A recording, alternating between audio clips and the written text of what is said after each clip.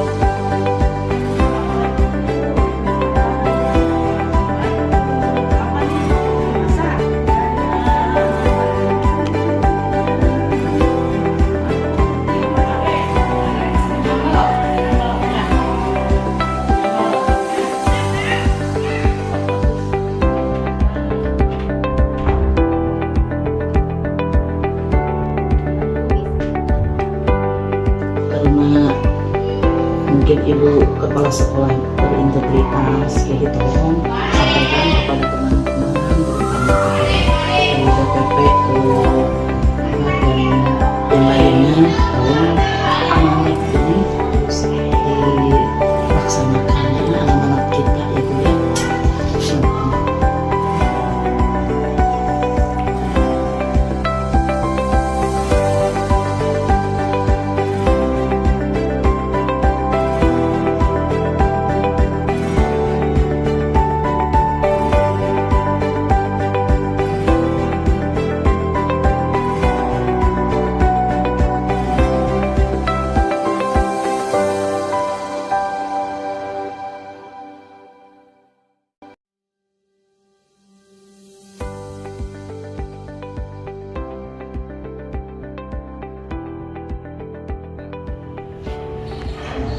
Assalamualaikum.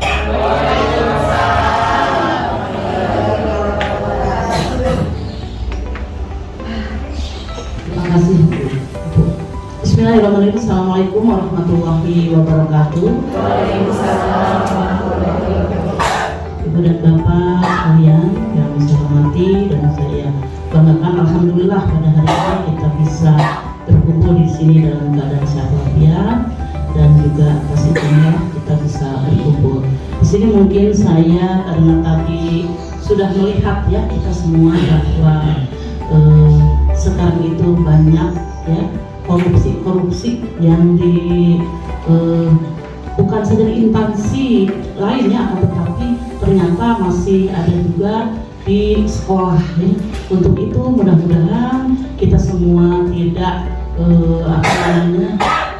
terjadi demikian. Pendidikan anti korupsi adalah usaha sadar dan terencana untuk mewujudkan proses belajar mengajar yang kritis terhadap nilai-nilai anti korupsi, sehingga dalam proses tersebut pendidikan anti korupsi bukan sekedar media bagi transfer pengalihan pengetahuan, namun juga menekankan pada upaya pembentukan karakter dan kesadaran moral dalam melakukan perlawanan terhadap penyimpangan.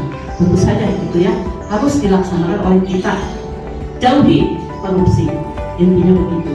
Next, menurut Undang-Undang Nomor 31 Tahun 1991 yang telah diubah menjadi Undang-Undang Nomor 20 Tahun 2021 dijelaskan dalam 13 buah pasal. Berdasarkan pasal tersebut, korupsi dikelompokkan menjadi 30 bentuk atau jenis tindak pidana korupsi.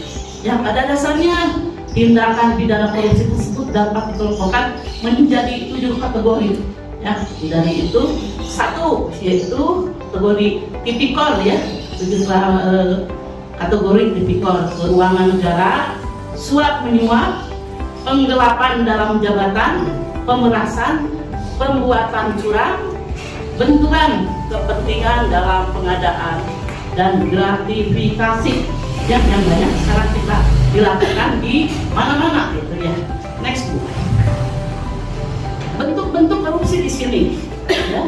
Ada korupsi transaktif, jenis korupsi yang menunjukkan adanya kesempatan timbal balik antara nepotisme fisik, yaitu jenis korupsi yang menyangkut penyalahgunaan kekuasaan dan kewenangan untuk berbagai keuntungan bagi atau kepada keluarga dekat.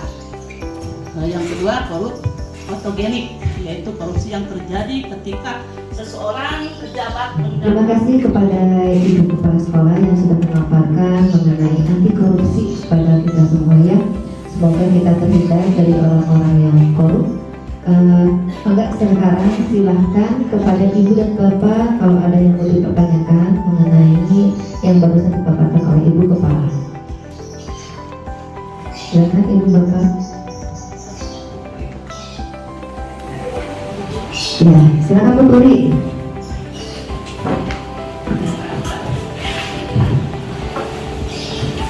Assalamualaikum warahmatullahi wabarakatuh. Waalaikumsalam warahmatullahi wabarakatuh. Mungkin saya akan bertanya tentang contoh kecil tindak korupsi di sekolah. Mungkin seperti itu Bu pertanyaannya. Contohnya seperti apa? Mungkin saya ingin tahu Bu.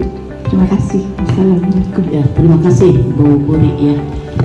Mungkin tadi bentuk-bentuk korupsi sudah ada ya tadi ya, korupsi itu apa, dan juga ini mungkin di sini kita lihat saja tayangan ya, karena mungkin hal yang kecil yang kita tidak dianggap korupsi. Nggak ada tayangannya mungkin Bu. Silakan. Sehari-hari kita sadari ternyata merupakan perilaku korupsi simak ya. Yang pertama, datang terlambat. Nampaknya sudah jadi kebiasaan buruk yang dimaklumi dan dianggap wajar di Indonesia. Bahkan banyak yang sengaja datang terlambat ketika menghadiri suatu acara dengan alasan enggan menunggu. Korupsi terjadi bukan hanya dalam wujud uang, melainkan juga waktu. Disadari atau tidak, ketika datang terlambat kita menguras waktu orang lain karena menunggu kedatangan kita. Ingat pepatah yang mengatakan, time is money. Jika kita menguras waktu orang lain, kita menghabiskan uang mereka. Selanjutnya, yang kedua, tidak mengembalikan. Pasti kamu akan merasa sikap orang tersebut tidak pantas, bukan? Benar. Hal ini adalah terima kasih Bu.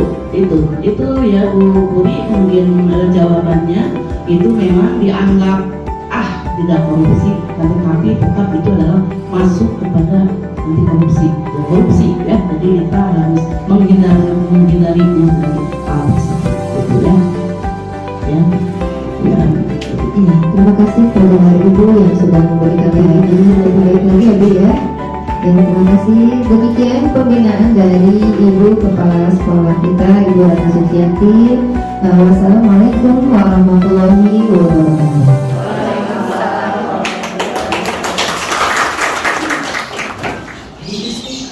GTK SLB Negeri Cinta Asih Kabupaten Bandung